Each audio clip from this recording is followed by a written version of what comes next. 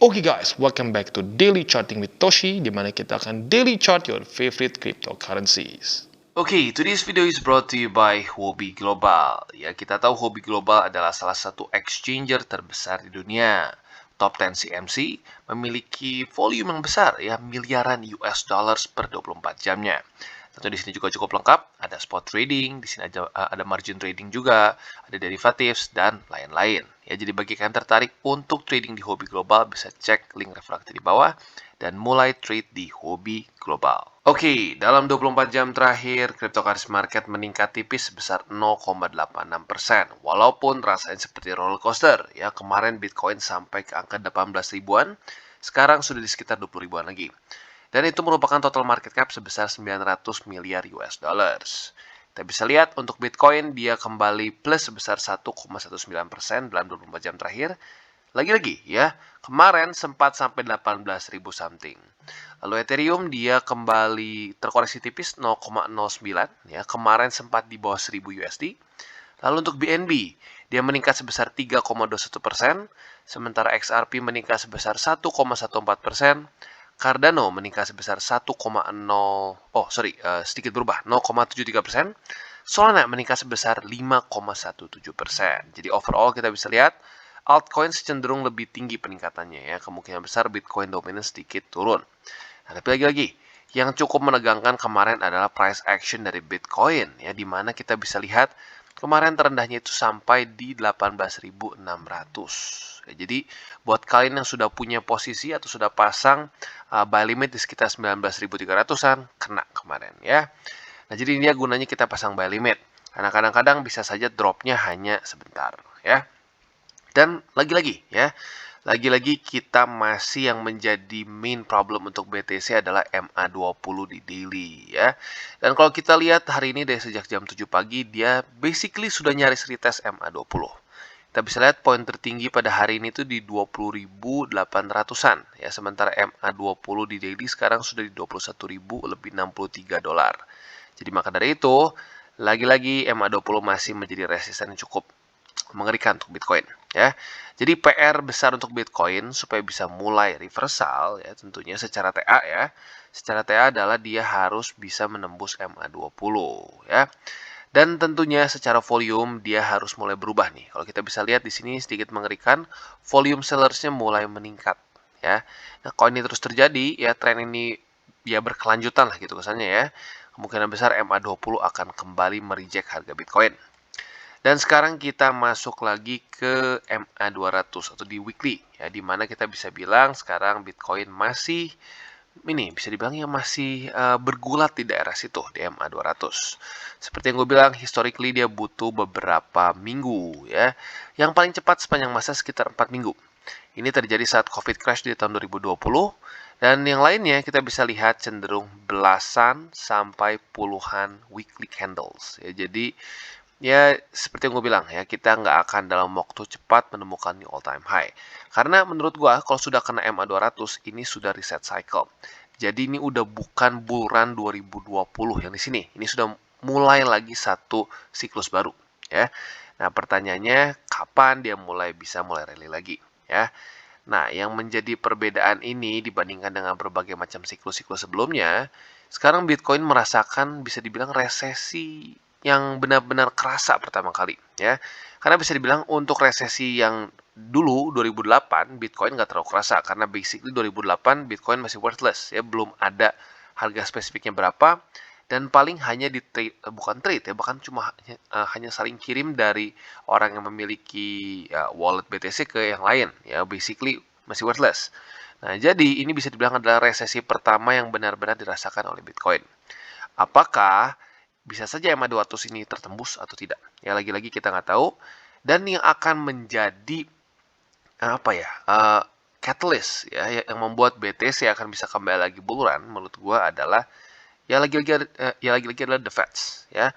Apabila the Feds memutuskan untuk mulai bergeser kebijakannya ya dari kebijakan hawkish di mana dia terus meningkatkan interest rate supaya untuk menurunkan inflasi, dia mulai geser ke dovish yang nggak perlu sampai dia bagi-bagi lagi stimulus sebenarnya ya.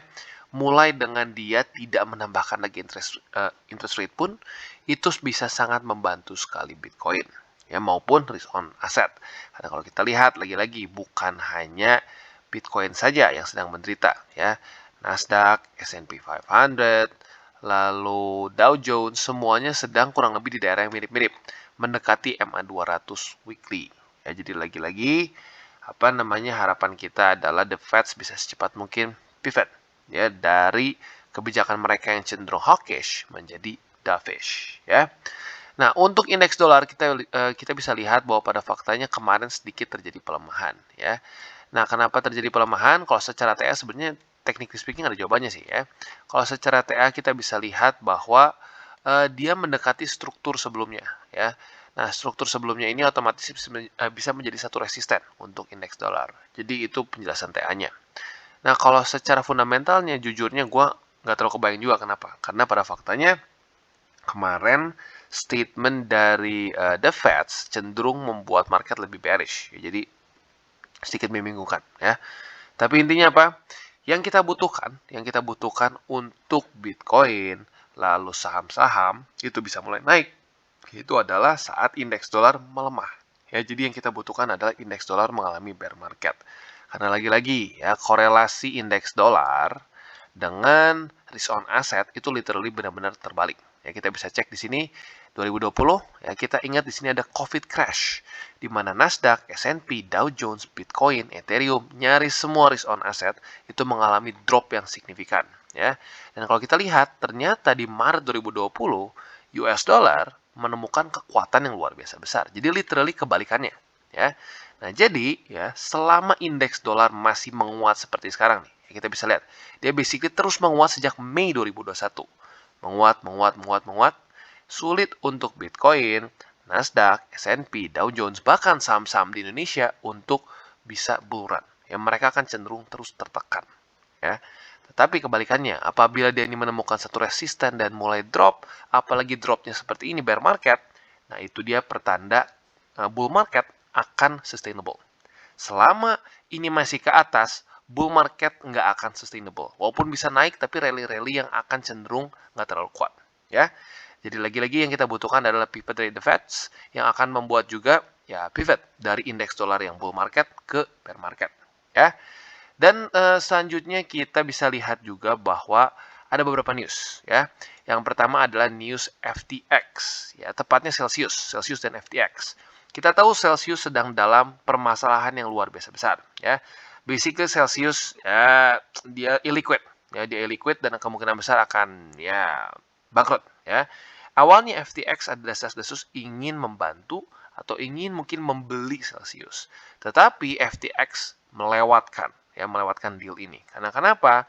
Ternyata setelah dioprek, ya, ada $2 billion hole ya di dalam balance sheet dari si Celsius. Jadi ada 2 miliar US dollars yang nggak ketemu ini kemana, ya. Jadi lagi-lagi untuk Celsius sepertinya ini ada kemungkinan besar Celsius tidak bisa diselamatkan. Dan sayangnya kalau sampai ini jebol, ini akan kembali merusak spesifiknya cryptocurrency market. Jadi baik lagi, cukup menyebalkan ya, secara news cenderung bearish. Dan satu lagi, Grayscale. Grayscale sekarang mensu SEC, ya, mereka mensu SEC karena Bitcoin ETF mereka di reject lagi, ya. Alasannya kenapa? Karena Grayscale merasa bahwa ini tuh seperti apa ya? Didesain spesifik untuk Bitcoin saja. Ya, ada similar products yang seperti Bitcoin pun di-approve oleh SEC. Sementara Bitcoin lagi-lagi tidak di-approve. Nah, jadi ya kita lihat nih, apakah Grayscale bisa nanti menang di court atau tidak. Ya, jadi lagi-lagi kurang lebih seperti itu. News untuk cryptocurrency lagi-lagi nggak terlalu positif, nggak terlalu bullish, ya. Dan apalagi kalau sampai ini berita Celsius benar-benar nanti mati, ada kemungkinan bisa membuat market kembali volatile. Dan sayangnya volatilenya cenderung ke bawah, ya.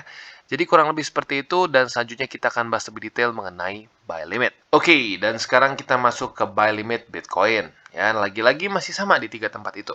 Yang pertama adalah di MA 200, yang kedua di 19.300, yang kemarin harusnya kalau lu pasang buy limit kena. Ya, jadi lagi-lagi kemarin sudah pasang buy limit di 19.300 harusnya sudah kena. Dan buat lo yang mungkin masih bingung ini struktur apa, ini adalah weekly close bagi Bitcoin di 2017 alias di all time high siklus sebelumnya ya. Nah, kenapa ini bisa menjadi support yang baik? Karena resisten yang kuat sebelumnya, kalau kita lihat di sini, di Desember 2020 juga dia sempat menjadi resisten bagi Bitcoin. Dia struggling selama 4 minggu, akhirnya tembus di Desember 2020 ya. Nah, di sini ya saat dia tertembus, satu resisten yang kuat tertembus sebagai ya maksud tertembus ya oleh satu price action, dia biasanya bisa berubah dari resisten menjadi support. Dan kita bisa lihat dia sudah 2 kali menyelamatkan harga Bitcoin ya. Jadi harapannya adalah ini tetap bisa menjadi support bagi Bitcoin ya. Nah, yang ketiga yaitu adalah di daerah sini ya, 15.600 ya, di mana 15.600 ini adalah satu statistik yang sudah terjadi di Bitcoin selama beberapa tahun ya. Basically satu dekade lah ya. Di mana saat dia drop di bawah dari MA200, beberapa kali drawdown-nya itu mencapai 30%. Yang pertama di tahun 2020 dan yang kedua ada juga di tahun 2015 di sini ya. Dan lucunya sama-sama sekitar 30%. Maka dari itu ada satu pattern yang sepertinya kelihatan ya. Dia bisa cenderung drop sampai 30%. Maka dari itu ya minus 30% dari MA200 itu di sekitar sini, sekitar 15.600-an. Ya, jadi itu adalah buy limit ketiga kita ya. Jadi kurang lebih seperti itu untuk Bitcoin. Dan lagi-lagi, secara technical analysis, Bitcoin tidak pernah sepanjang masa indeks ini ada ya, dari 2010, dia tidak pernah memiliki RSI serendah ini. Kalian cek sendiri ya. Ini dari 2010 ya, kita bisa lihat tidak pernah RSI-nya serendah ini. Sepanjang masa ini terendah, di bawah dari 30 dengan signifikan. Jadi lagi-lagi, secara technical analysis, ini adalah tempat yang sangat bagus untuk akumulasi Bitcoin. Nah, tetapi kita nggak bisa juga buta terhadap fundamental. Nah, fundamentalnya yang akan membuat Bitcoin bisa lanjut naik yaitu adalah the Fed yang mulai bergeser dari kebijakan mereka yang hawkish ke dovish. Jadi apabila tiba-tiba Jerome Powell mulai mengubah kebijakan mereka, Juli menjadi peningkatan interest rate terakhir, itu tentunya akan menjadi satu bensin untuk Bitcoin bisa kembali lagi buruan. Ya. Jadi kurang lebih seperti itu. Dan buat lo yang tertarik untuk akumulasi Bitcoin, altcoins, dan lain-lain, jangan lupa bisa menggunakan link referral di bawah. Dan jangan lupa juga bahwa DCWT ini bukanlah bagi-bagi sinyal, bukanlah financial advice. Ya, tujuannya untuk edukasi dan membiasakan para subscriber gue untuk bisa ngerti charting. Oke, dan selanjutnya kita masuk ke Ethereum. Dan berbahagialah bagi kemarin yang nge-short di MA20 daily ya. Jadi kemarin yang sudah nge-short di sini sesuai pembahasan kita di sekitar berapa nih ya? 1.200-an ya. Itu kalau lo nge-short dari sini kurang lebih ke kemarin TP kita kan di 1.000 tuh ya. TP kita di 1.000 itu kurang lebih profit sebesar 19%-an ya. Ya kalau dibuletin sekitar 19,5%. Not bad. Ya, apalagi kalau lu pakai leverage, otomatis lah ya. Nge-short pasti pakai leverage rata-rata. Maka dari itu, buat kalian yang konservatif, TP-nya sudah berhasil. Nah, buat kalian yang lebih agresif, tentunya masih belum ya, di sekitar $900. Lagi-lagi, buat yang agresif ya harus lebih berani ambil resiko ya. Jadi kurang lebih seperti itu untuk Ethereum. Buat kalian yang mungkin ketinggalan nge-short di sini, bisa saja pertimbangkan apabila dia kereject lagi di MA20. Yang sekarang ada di daerah 1152. Ya, jadi buat lu yang ketinggalan kemarin dan ngelihat, waduh udah ada yang profit nih, ya bisa lu ulang lagi ya. Andaikan dia kena lagi MA20 dan ke reject. Lagi-lagi penting ya, ke reject. Jangan cuma dia kena doang, tapi harus ke reject. Jadi kurang lebih seperti itu untuk Ethereum. Dan buat yang spot ya, lagi-lagi optional bagi kemarin yang lu ngerasa Ethereumnya kurang, gue bisa bilang juga untuk beli di daerah $1.000. Nah, bagi lu yang beli di daerah $1.000 kemarin juga lumayan ya, kurang lebih terpantul juga di situ. Jadi kurang lebih seperti itu untuk Ethereum. Dan lagi-lagi yang menjadi PR utama untuk Ethereum taklukan adalah MA20 untuk bisa lanjut lagi ke atas. Dan volume literally PR-nya sama persis seperti BTC ya. Pecahkan peningkatan volume sellers di sini. Ya, kalau di sini mulai berubah dari merah menjadi hijau ya, tangga seperti ini. Nah, kemungkinan besar Ethereum bisa pelan-pelan recover. Tapi selama volumenya masih seperti ini terus ya, meningkat sellersnya, kemungkinan besar akan kembali ke reject oleh MA20 ya. Jadi kurang lebih seperti itu untuk Ethereum. Oke, dan selanjutnya kita masuk ke FTM ya. Bagi FTM yang kemarin posisi shortnya masih belum ditutup ya, alias kalian lebih high risk ya, sekarang sedang menunggu untuk kena di daerah 21 sen. Nah, tentunya kita bisa lihat bahwa pada hari ini dia mulai ada sedikit perlawanan. Sepertinya dia mau retest MA20 dan kita lihat apakah MA20 ini bisa tertembus atau tidak ya. Nah, jadi bagi kalian yang sudah TP tentunya di MA20 ya sudah tenang-tenang aja ya, udah nggak perlu dilihat lagi. Tinggal kalian nunggu apakah yang targetnya lebih dalam bisa kena atau tidak ya. Jadi tentunya kita harus lihat apakah nanti pada hari ini akan close di atas dari MA20 atau tidak. Nah, andaikan ini close di atas MA20 ya, buat kalian yang sudah punya posisi short di sini mungkin bisa pertimbangkan untuk SL plus atau stop loss dengan keuntungan ya. Nah, itu supaya apa? Supaya kesannya lu nggak boncos walaupun kalau dia balik ya. Nah, berapa persen? Tergantung lu masing-masing ya. Kalau mau 10%, 20% SL plusnya tergantung trading plan lu dan tergantung lu pengen untung seberapa besar ya. Lagi-lagi dilemanya adalah kalau lu terlalu besar persentasenya karena lu nggak mau rugi gitu ya, di waktu bersamaan lu bisa kena lebih cepat alias posisi short lu ketutup prematur. Tapi kalau lu terlalu tipis, ya otomatis kalau dia benar-benar balik ya lu juga untungnya lebih kecil. Jadi ya balik lagi, setiap orang punya trading plan masing-masing. Jadi lagi-lagi kita lihat apakah dia akan tembus MA20 atau tidak. Kalau tembus, kemungkinan besar akan lanjut ke daerah 21 sen ya.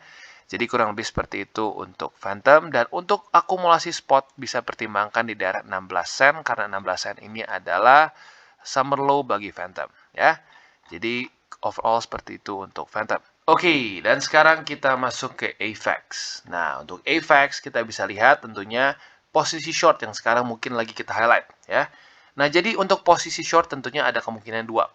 Yang pertama buat lo yang mungkin pasang buy limit, short limit, apapun itu sedikit dinaikkan ya, kemungkinan besar lo akan kena di sini ya. Kalau lo kena di sini otomatis lo profit udah lumayan ya.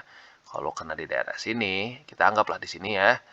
Kita tarik ke bawah, lo kurang lebih sedang dalam posisi untung 20%-an ya, quite big sebenarnya. Kalau di daerah sini gue udah hitung sekitar ya 6%, 5% lah ya.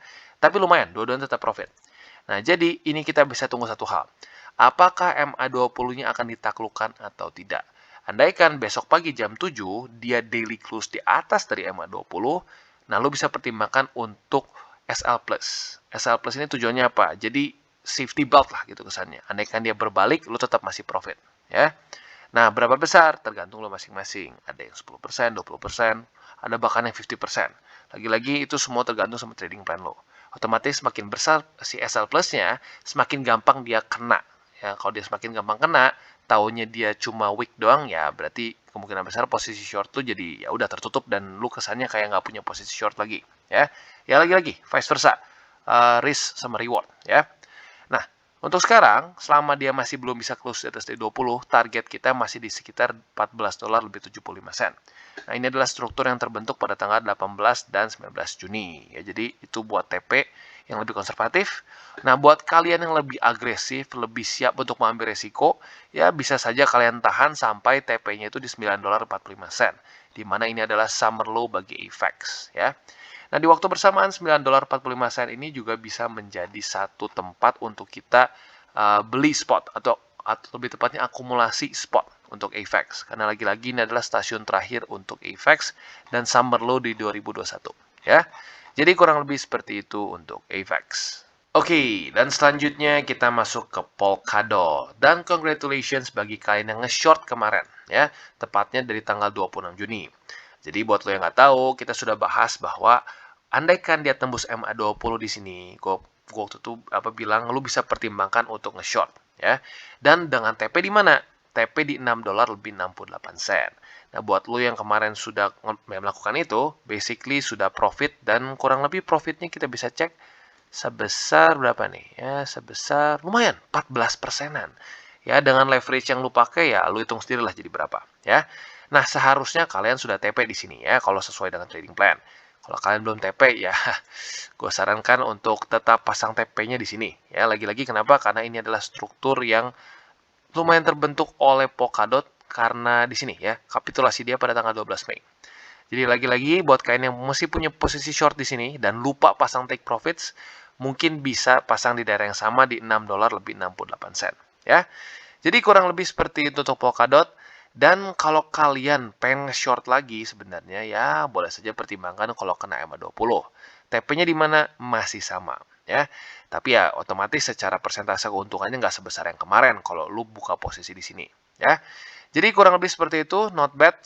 Beberapa altcoins yang sudah kita short dalam posisi profit dan beberapa sudah kena TP, ya. Jadi overall not bad, ya. Dan untuk Polkadot lagi-lagi kalau spotnya sih gue pribadi masih belum sentuh lagi sampai dia bisa reclaim di area $10 lebih 89 sen, ya. Jadi kurang lebih seperti itu untuk Polkadot. Oke, dan Atom. Ya, untuk Atom kita bisa lihat dia malah menemukan support di daerah MA20 dan mulai membuat satu higher low, ya. Apakah ini bisa menjadi satu pertanda yang baik untuk Cosmos atau Atom? We'll see, ya. Dan kalau orang nanya, "Bang, volumenya harus kayak gimana sih?" Nah, mulai kayak gini nih, ya. Dari mungkin merah seperti ini cenderung bearish, ya, sellers menang. Nah, dia mulai membuat volume lebih tinggi lagi dengan bullish volume lah, simpelnya kayak gitu, ya. Nah, ini yang dibutuhkan untuk dia pelan-pelan bisa reversal. Nah, tapi lagi-lagi, sayangnya daerah $9 ini masih cukup mengerikan. Karena kenapa? Ada MA50, ada struktur di $9, plus ada Bollinger Band. Jadi 3 resisten kolaborasi, ya. Tentunya ini bisa membuat harga turun. Nah, tetapi di waktu bersamaan tentunya ini bisa juga menjadi satu peluang untuk kita bisa nge-short. Tapi lagi-lagi ya, ini gue ingatkan dulu sebelum lu nge-short, pastikan lu ngerti dulu cara kerja futures. Kalau sampai lu nggak terlalu ngerti tapi pengen nge-short, bisa pertimbangkan dengan ETF token leverage. Ya, tapi lagi-lagi nge-short market itu lebih beresiko dibandingkan dengan kita nge-buy spot. Ya, jadi lagi-lagi sebelum lu nge-short pastikan lu tahu dulu resikonya. Nah, otomatis kita tahu di mana untuk posisi shortnya, yaitu di sekitar $9, ya. Jadi bagi lo tertarik untuk nge-short Atom atau Cosmos bisa pertimbangkan di $9 dengan TP di MA20 atau bisa juga di sini sekitar $6 lah. Kalau dibulatin mungkin $6 lebih 10 sen lah biar lebih aman, ya. Jadi kurang lebih seperti itu untuk Atom. Kalau untuk spotnya lagi-lagi sebelum dia bisa tembus $9 ini, karena ini summer low ya, sebelum dia bisa reclaim, gua nggak pertimbangkan dulu untuk tambah, ya. Jadi kurang lebih seperti itu untuk Cosmos. Oke, dan Matic, ya. Kemarin Matic buat yang sudah pasang TP di MA20 harusnya sudah dapat. Ya, nggak ada alasan nggak dapat di sini, ya.